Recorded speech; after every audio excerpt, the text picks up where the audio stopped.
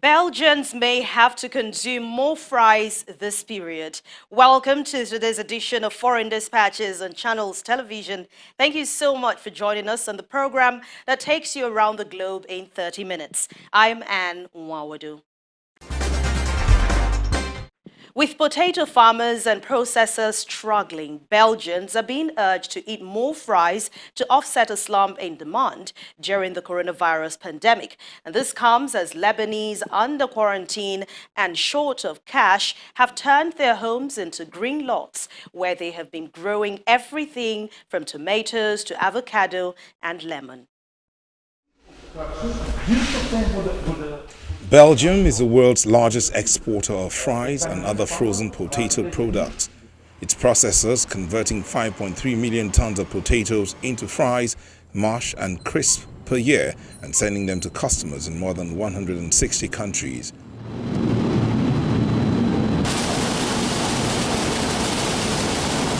Restrictions to halt the spread of the coronavirus have forced the closure of cafes and restaurants.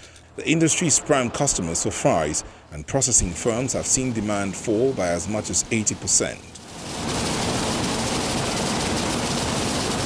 Since the outbreak of COVID-19, we have seen globally similar measures being taken. The biggest measure was, of course, the lockdown of restaurants and cafes, bars. And as a matter of fact, these are our first customers. So we have seen step by step, country by country, demand falling back.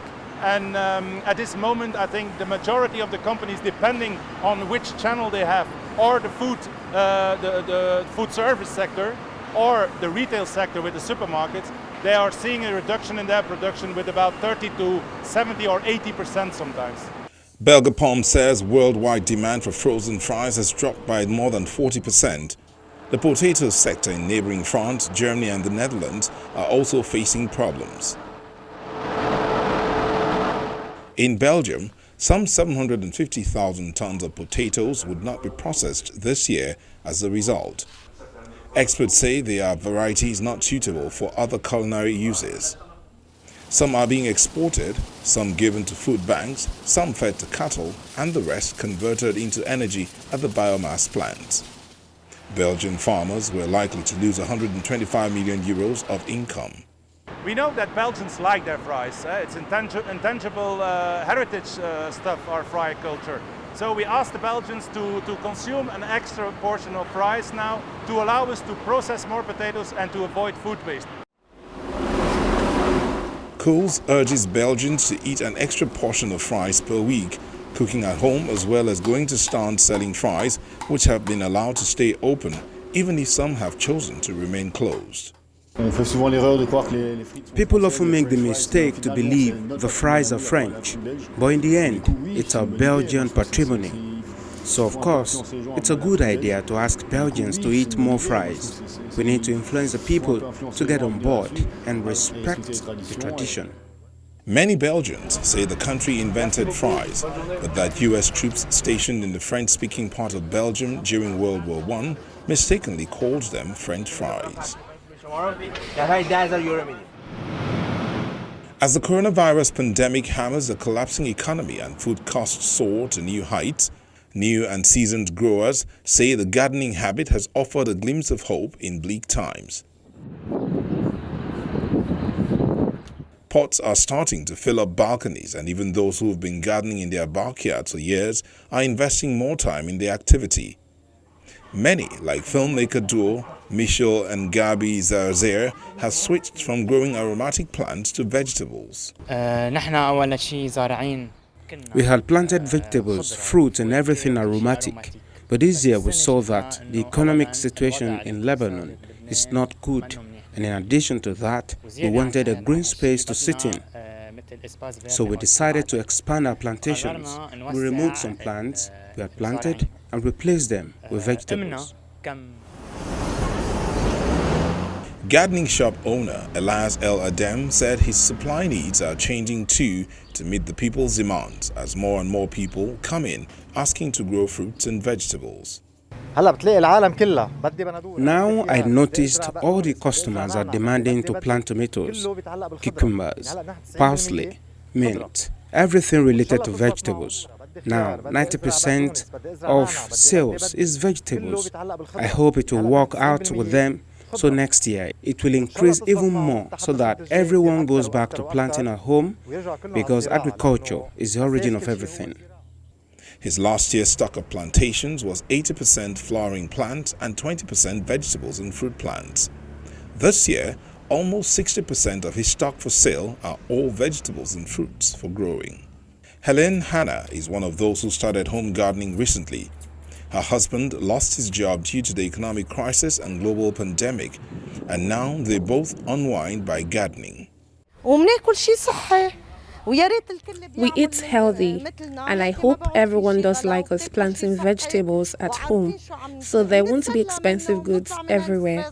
And you'll eat something healthy that you know its origins, and you have fun.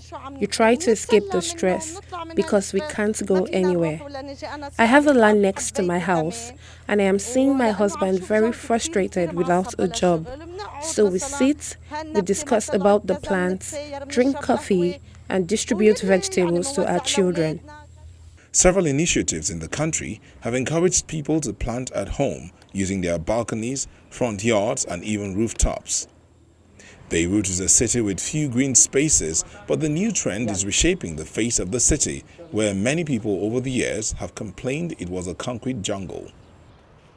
Lebanon descended into crisis late last year as capital inflows dried up and protests erupted against the ruling elite over decades of bad governance and corruption. The crisis has more than halved the value of the local currency and fueled unrest as inflation, unemployment, and poverty soar. Cash-strapped banks have largely frozen depositors out of their savings for months as the dollar has grown even more scarce. The situation has worsened with the coronavirus lockdown measures. A North Korean institute is producing various types of functional vegetables to improve people's diet and health, and that's according to the state media. In a video provided by the North official news agency, KCNA, researchers and workers at Pyongyang Vegetable Science Institute are seen taking care of plants such as peppers and tomatoes. Gainura Biocolor, which was recently produced, has 20 to 30 times the amount of iron than vegetables planted outside. It is the ideal vegetable for women who have just given birth or for people with anemia due to lack of iron. We will continue to research ways to produce more kinds of vegetables and contribute to improving the health of the people. KCNA says the institute is equipped with computer-controlled hydroponic and mud-walled plastic sheet greenhouses and bioengineering research facilities. North Korea has for years relied on regular supplies of UN food aid. The state's leader, Kim Jong-un, has stressed the need to increase agricultural production in order to boost self-reliance against sanctions. Preventing the spread of berry borer beetles and harvesting in spite of labor shortages are Colombian coffee farmers' top challenges for the remainder of this year 2020. This is according to the head of the country's Growers Federation. Take a look. 2 months of coronavirus quarantine in Colombia, the world's top producer of washed Arabica beans, has complicated growers' efforts to find pickers, though farms are exempted from the lockdown. Output fell in the first 4 months of the year because lack of rains delayed flowering. Lower than average rains have also boosted infestations of the beetles known as broca. The Federation urges farmers not to leave mature coffee fruit unharvested or allow fruit to accumulate below their trees. Broca has so far affected about 6% of the crop, compared with 3% last year. Colombian growers are already facing persistent labor shortages as young people move to cities and shun the arduous work of hand-picking coffee cherries. Many farms cling to steep Andean hillsides, making harvesting with large machines impossible, but the Federation is promoting a small machine that lightly vibrates trees so that ripe berries fall off. Growers around South America say coronavirus restrictions and social distancing could make it even more challenging to find workers. Safety measures meant to prevent coronavirus on farms, including the use of face masks, frequent hand washing, social distancing and disinfection efforts will continue until the virus is controlled. Prediction indicates that output will fall this year to around 14 million 60 kg bags, down from a record 14.8 million in 2019. Now, meet the Sheepdog robot that can help farmers cope with labor shortages. Boston Dynamics four-legged robot, Spot, has been taught to herd sheep after its developers teamed up with New Zealand robot operations software platform, Rocus, to upskill its robot dog.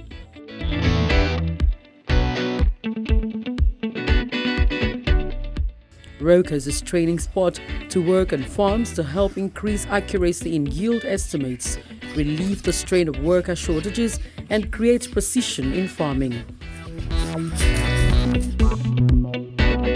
The system allows operators to control robots from anywhere in the world, creating preset automated missions or manually teleoperated to investigate issues, capture new data, or be redirected as required. In early testing, the Boston Dynamics team based in the US navigated previously uncharted terrain in New Zealand, remotely accessing Spot through Rocus platform. Spot is currently undergoing testing in Singapore, reminding members of the public to maintain social distancing in a public park.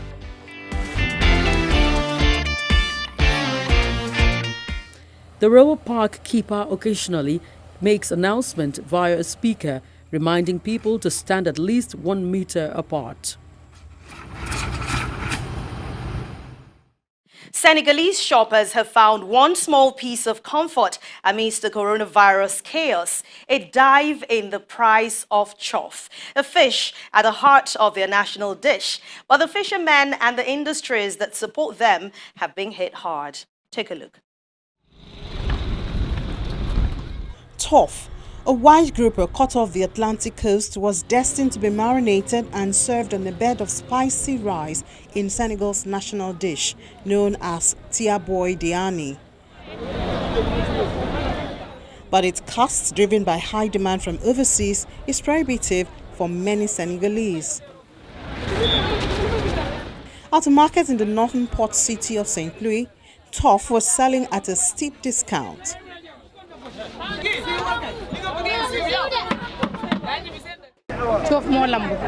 Before, chof was at 4,500 francs, that is $7 per kilo. It was expensive, so as a vendor it did not work for me. But now at $4 a kilo, I can buy some for my own consumption and sell the rest. It's really more accessible because planes are not flying anymore because of coronavirus. I hope God puts an end to this pandemic. Before the pandemic, tough had become scarce and expensive, partly because of global warming and overfishing by foreign trawlers, but also because much of it was so fresh for export. Because of the emergency measures imposed by the government to stop the spread of COVID-19, which includes closing land, air and sea borders, the fish is now sold in local markets. This is good for the customers in the main coastal cities of St. Louis, Boer and capital Dakar, some 300 kilometers north, which is also enjoying a resurgence of the noble fish as it is known here. But it's grim news for the Senegalese living inland, where fish stocks have dried up, and especially for the artisanal fishermen who were forced to return to land within curfew hours. We are fishermen. All we know is the sea. We work on the sea. We have departure times, but we don't have specific times when we come back. We can leave in the morning and come back just before sunset. But now, timings have been imposed. From 5 p.m., no one is allowed to work. The government should have tried to understand us. As soon as we come back from the fishing expedition, they should have allowed us to sell our catch. Sometimes we have expenses up to 1 million CFA francs. You go out to the sea, and when you come back, you can deliver your products because you need to follow the rules. Even if you have ice, in the morning, some of the fish is rotten. Fishing made up to 16% of Senegal's GDP in 2018. It's the second biggest export, an important source of foreign currency. It plays a strategic part in economic and food security, provides 600,000 direct and indirect jobs. 24% of artisanal fish landings are destined for export, 60% of which goes to the sub-Saharan countries, and 76% of it is for national consumption, according to IPAR. Senegal's Ministry of Fisheries and Maritime Economy describes the fishing industry as an essential link in the fisheries value chain by contributing to the creation of added value, jobs and food for the population in the interior of the country, as well as in export income. Fishing is a major pillar of the country's economy and was a sector of growth until the pandemic. IPAR says Senegal's post-COVID-19 GDP forecast sees a 3.9% drop for the fishing sector. Welcome back. Croatian oyster farmers are hoping the ease of the lockdown will save some of the season's harvest. This and other related stories in the agriculture sector coming up next. Oyster farmers in Croatia worried that this season's harvest will go to waste as the outbreak of the new coronavirus means tourists, the main consumers of the delicacy on the Dalmatian coast, stay away. Now that the government has begun to partially lift the lockdown imposed in mid-March, some are hoping that the reopening of restaurants will restore at least some of the demand. Mali stone oysters are mainly consumed by tourists who visit Stone and Dubrovnik. During the summer, 90% of oyster production goes to the catering businesses. It is not so interesting for the local population as it is available all year, but mostly the biggest consumers are tourists. So now there's a drop in demand for oysters on the market due to closed restaurants. In the Bay of Barijestek on the Peljasak Peninsula, north of the tourist hotspot of Dubrovnik, oyster farmer says he hopes to make it through the season and still be able to produce oysters next year. But if borders remain closed or measures were put in place that ended up deterring most tourists from visiting, Lazik says his entire production will be put into question. The state helped, and the Ministry of Agriculture provides subsidies to keep workers employed. All of this helps. It's just a temporary solution to manage to push through 2 to 3 months to cover some expenses.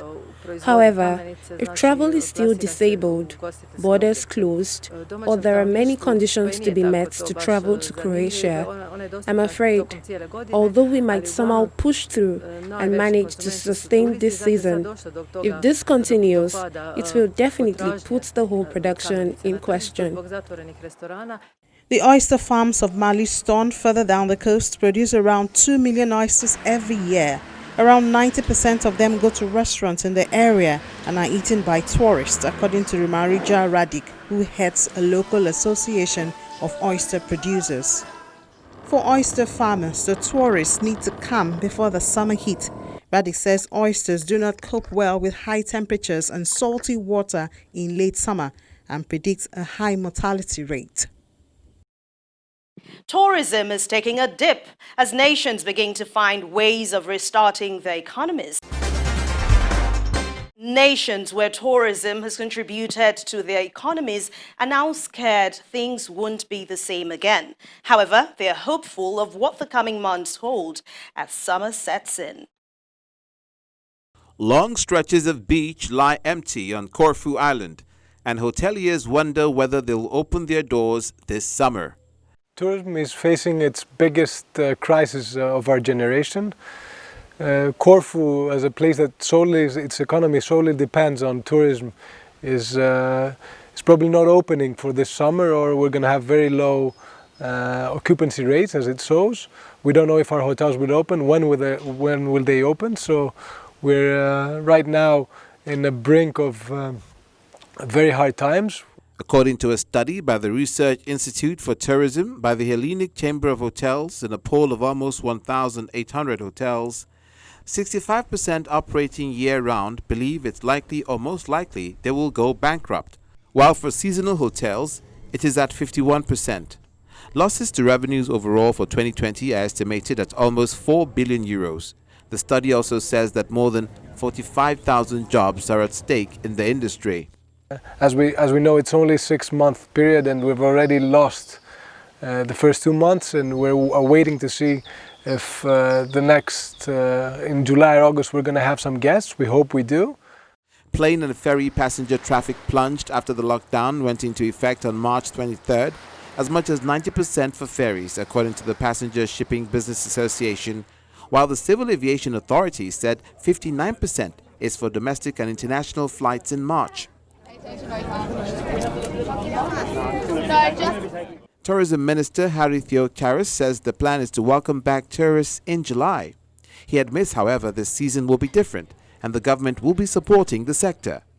This season is not going to be a season like the other years. I would be a fool to believe that this could ever be the case.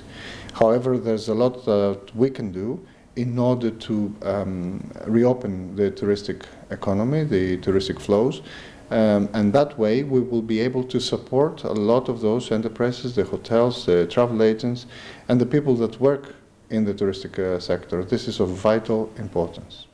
The government passed legislation to allow tourism businesses to offer 18-month open vouchers instead of refunds for bookings as part of support measures. Well, there is a lot of interest for people to travel in Greece, even within the difficult situation that we all have to face. And we will, of course, have to consult the experts, the health experts, on the countries that they deem that would be safe enough for us to accept here. Of course, it's understandable that we will aim to the European countries first and foremost. Until the tourists come back, Greece has been mounting a vigorous online marketing campaign with the lockdown in mind, such as the platform Greece from Home, a blend of videos of Greek culture, lifestyle and landscapes, inviting people to visit Greece from their homes, as well as the Till Then, Stay Safe campaign, photographic images of Greek tourist sites with the slogan, Until Then, Stay Safe. Meanwhile, Greece will cut value-added tax on transport tickets, coffee and other beverages as part of efforts to revive its tourism sector and the economy. In April and May, tourism was at its lowest point. So whatever we achieve this year will be a gain.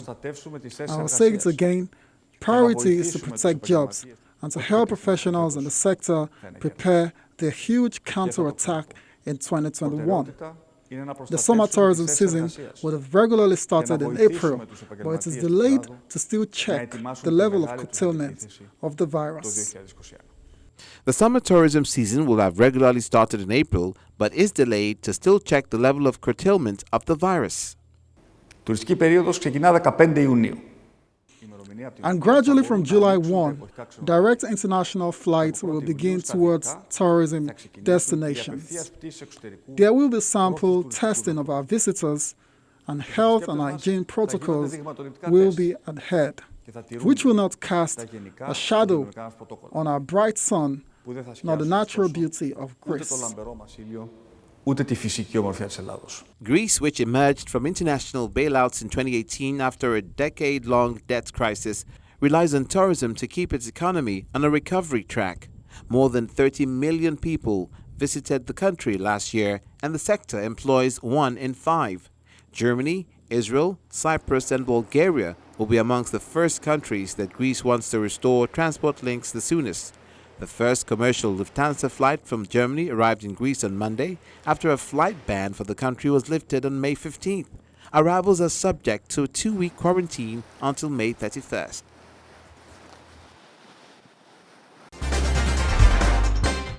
And that's the program today. Thank you so much for watching. Always remember, you can keep up with our top stories on channelstv.com. So please visit our website for those stories. Thanks a lot for watching. I'll see you again very soon. I'm Anne Nwawadu. Please stay safe.